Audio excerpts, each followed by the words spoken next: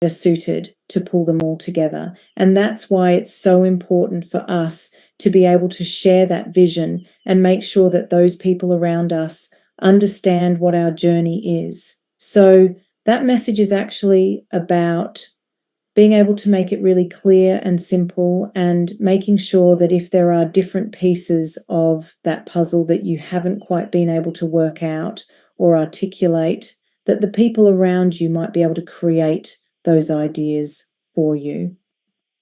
So I want you to actually start to write down what that vision statement is and bring those things into mind. And whilst you're actually thinking about that, I'm going to plant another little seed.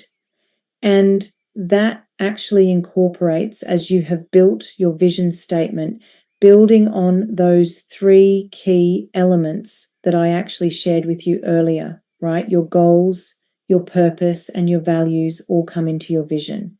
I want you to also think about, what is your mission? I'll share with you what Nike's statement is. Their mission statement is to bring inspiration and innovation to every athlete in the world. That's their mission statement. So when you think about what you're doing with your vision statement, how can that translate into your mission statement? Now, I'll leave you a moment to do that. And now I'm going to step into number 3. So whilst we've actually had a better understanding of who we are, we've started to begin to see what our vision is. I want you to think about, what's the real problem that you're actually solving. So at the end of the day, that's what you're doing with starting up a business. There are probably several ways that have actually brought you here, perhaps a nudge. That nudge is actually something that's telling you that you can do something for yourself. Or maybe it is that, hey, there's actually a really big problem to solve and nobody's actually really doing it in a way that is going to make a difference. Or it's not being done as well as you think it can be done. It could be both reasons. There could be other reasons too. It could be that this is something that you're really, really, really good at and you want to actually do it yourself. You want to have a go. No matter what it is that's actually brought you here today, you're here for a reason. So how is it that we can actually look at what you're doing as a solution to a problem that currently exists? So knowing if you're actually starting something because you are unsatisfied with, you are not enjoying what your career is at the moment, or maybe you're actually running away from something, or you have decided you want to walk towards something, makes a difference. I want it to be so that it is actually about you being driven. You are driving yourself to get to where you want to be. This actual understanding and the motivation behind why you're doing what you're doing is important. And it actually is, again, about that level of awareness and intention. Now, it doesn't matter, again, what has brought you here. You are here for a reason. But actually being aware and conscious that you are here with deep intention is what's important. So let's actually explore a few things. Understanding you, this question encompasses that, because there are certain triggers that potentially have actually come up in your thought process or in your past, in your life, that have brought you here. So that actual clarity and perspective is important. It also is going to help you actually become more conscious about the way that you respond in any situation, because we're going to draw on experiences. And when we're actually doing that with clarity of mind, then the way that we engage and the way that we do things is always done with the best solution that we know how to deliver. So, do your clients have pain points? And if they do, then are you genuinely aware of the ways they feel about it? Not how you are interpreting that, but how they feel. And sometimes that's the difference in our perception to our perspective. So what have you actually done to better understand what the genuine pain points are, and how you can actually become part of the solution in what you're actually going to be providing? Now, research is actually a big part. So asking questions. And not just asking people that, because they might give you a slightly different perspective because they know you,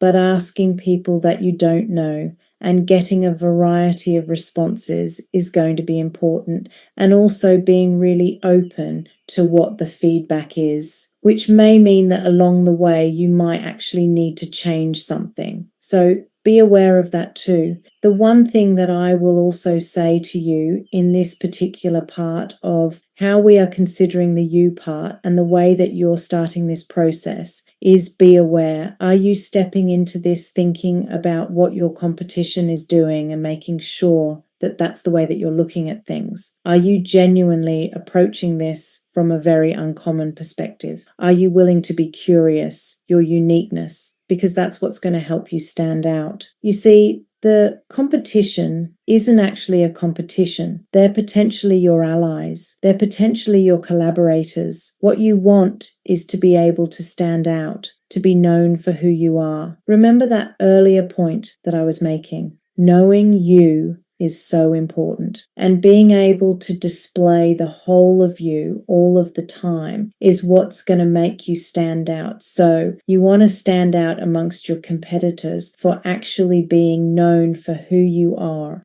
So what does that look like? Are we starting to get a little bit of a picture here? Okay.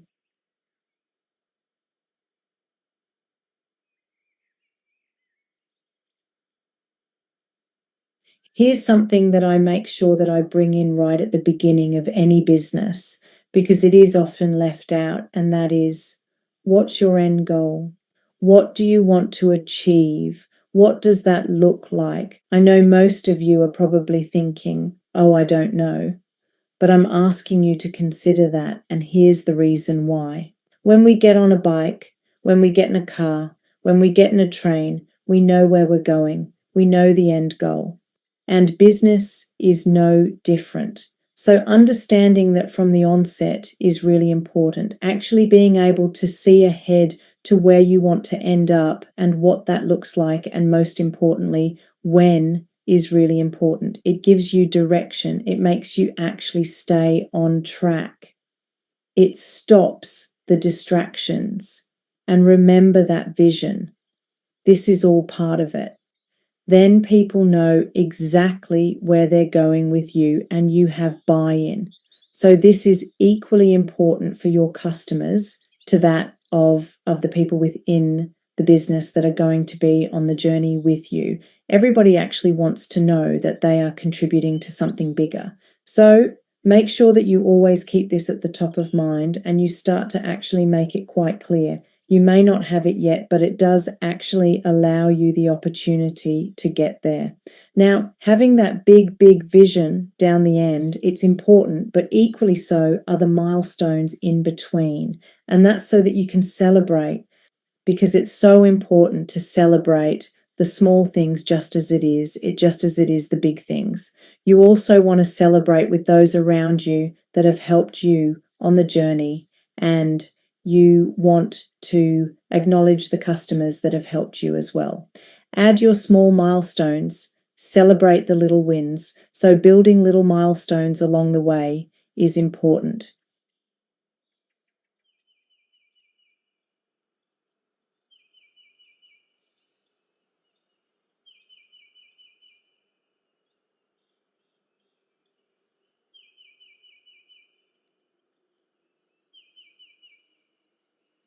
Remember that piece of the puzzle where it all comes together piece by piece, and this is no different. So it's not just about the achieving piece that's important. It's not just the successes.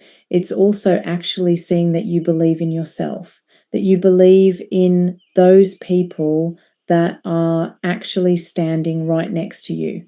All of this actually forms a part in the reason why you are actually taking the time to genuinely think about you and making sure that you understand you, so that others around you can understand you too. Is this making sense for you?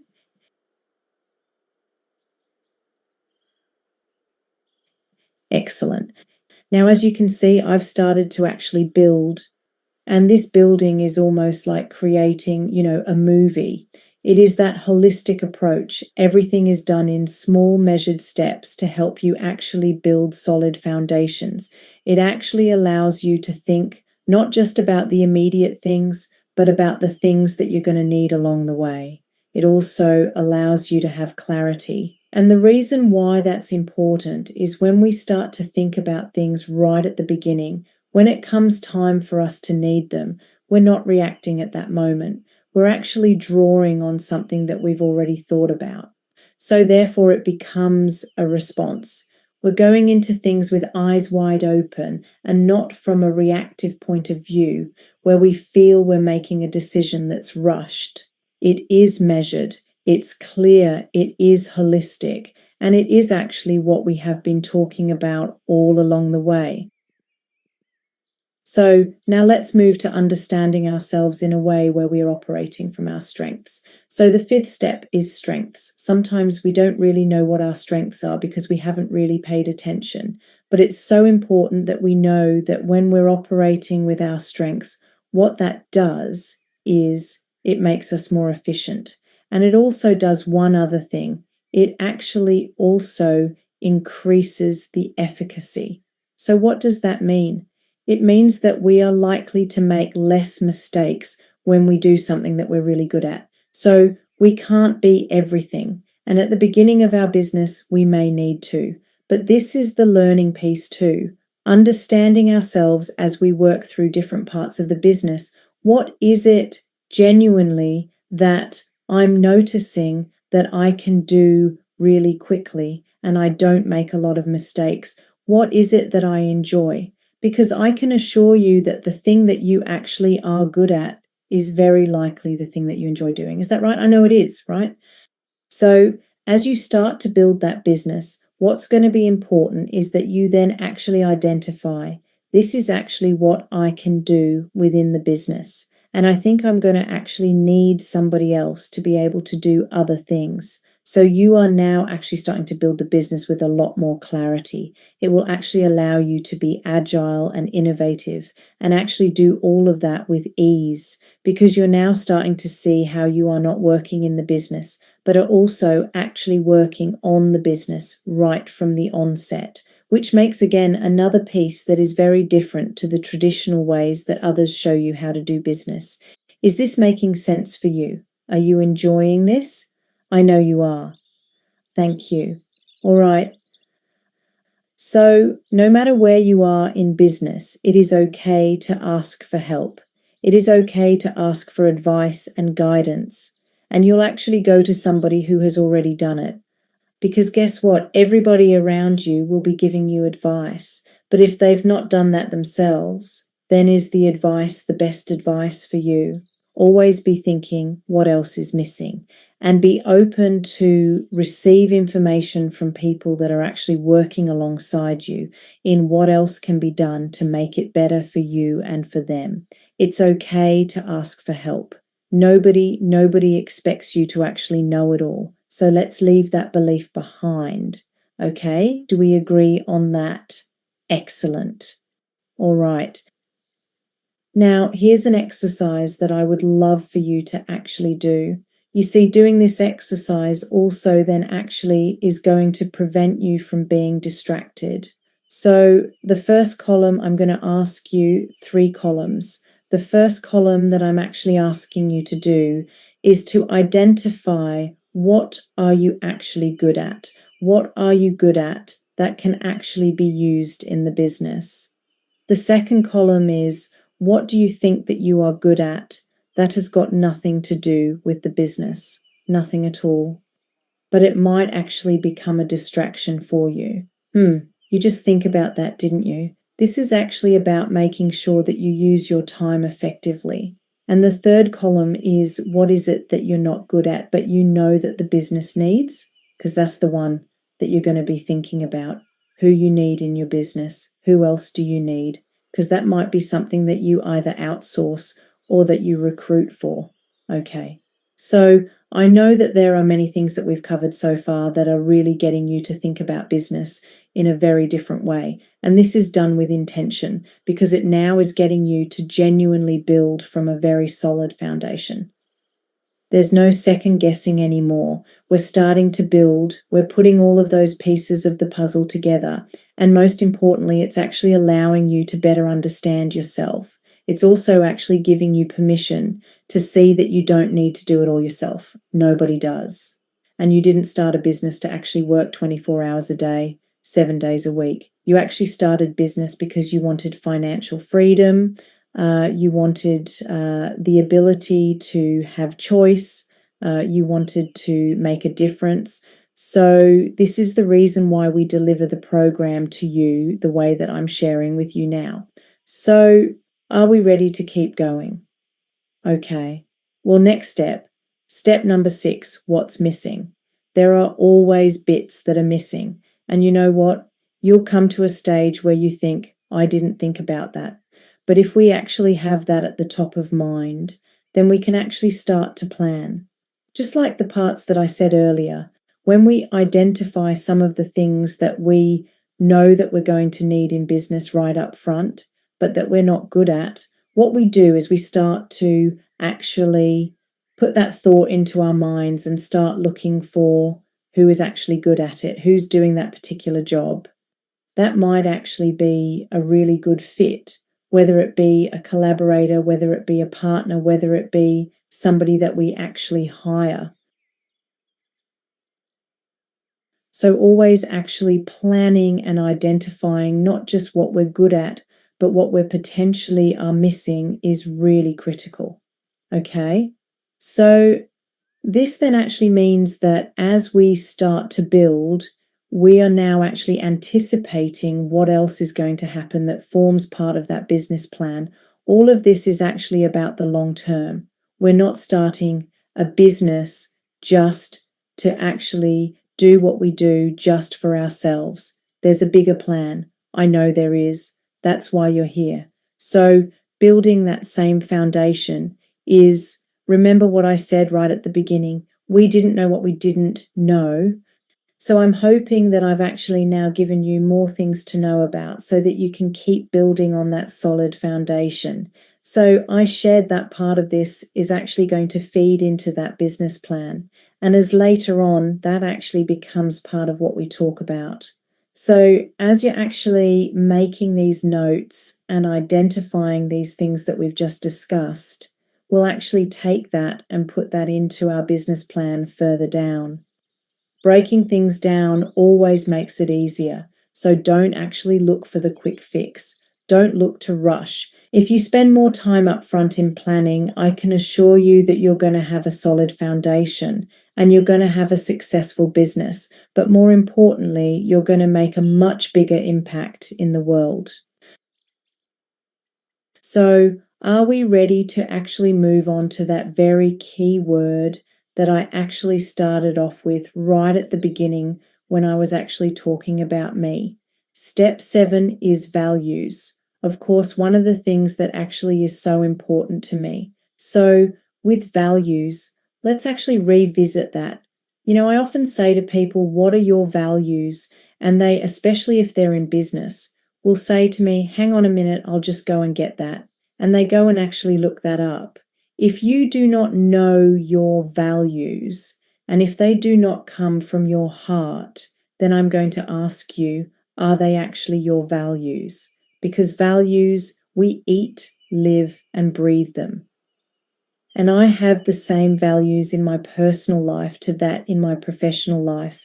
They do not get compromised depending on which situation I am in. So I want you to think about those values and what they are for you. And they may actually change over time or become clearer.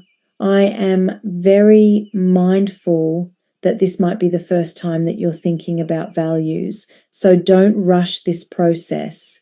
So let's look at the areas across your business that may in fact need to think about the values, because they can potentially attract your clients because they understand what your values are. They are very likely to also actually attract your employees, your business partners, because there is absolute congruence in what you think is important by sharing your values to who they are and what's important to them. So your values may actually be one word. They may be 3, they may be 5. Whatever they are, they need to actually be seen and lived through your business. So for me, integrity, ethics, respect, they are all fundamental amongst a few others into everything that I do. So what is it? What is it that's important for you? Take the time to think about that. Focusing on your actual service offering or your product offering as you think about your values, as you think about what it is that I'm actually looking at myself, they will all help drive and get you to that better understanding of what values represent. Take the time to review what you have done. And my suggestion is it's not just rushed at this point. My suggestion is that you actually come back to this and reread it and think about any changes that you may want to make. Remember, this is all about you, and you are the most important part of the business. People buy from people. So your customers, your clients, they will come to you because of who you are and what you stand for. You matter. You are the core of everything that you do. Business is not a quick fix. There is nothing quick about this journey. So for me, it's actually about planting the seeds with you and helping you build along the way to make sure that you actually have that roadmap, that path, that passion, that commitment, the instilled values that will actually get you to exactly where you want to be, and that you have fun along the way, because joy needs to be part of that journey for you. So investing time up front is really important because it ensures that there are no second guessing and that you are really clear about what you're here to do. It's all about building solid foundations.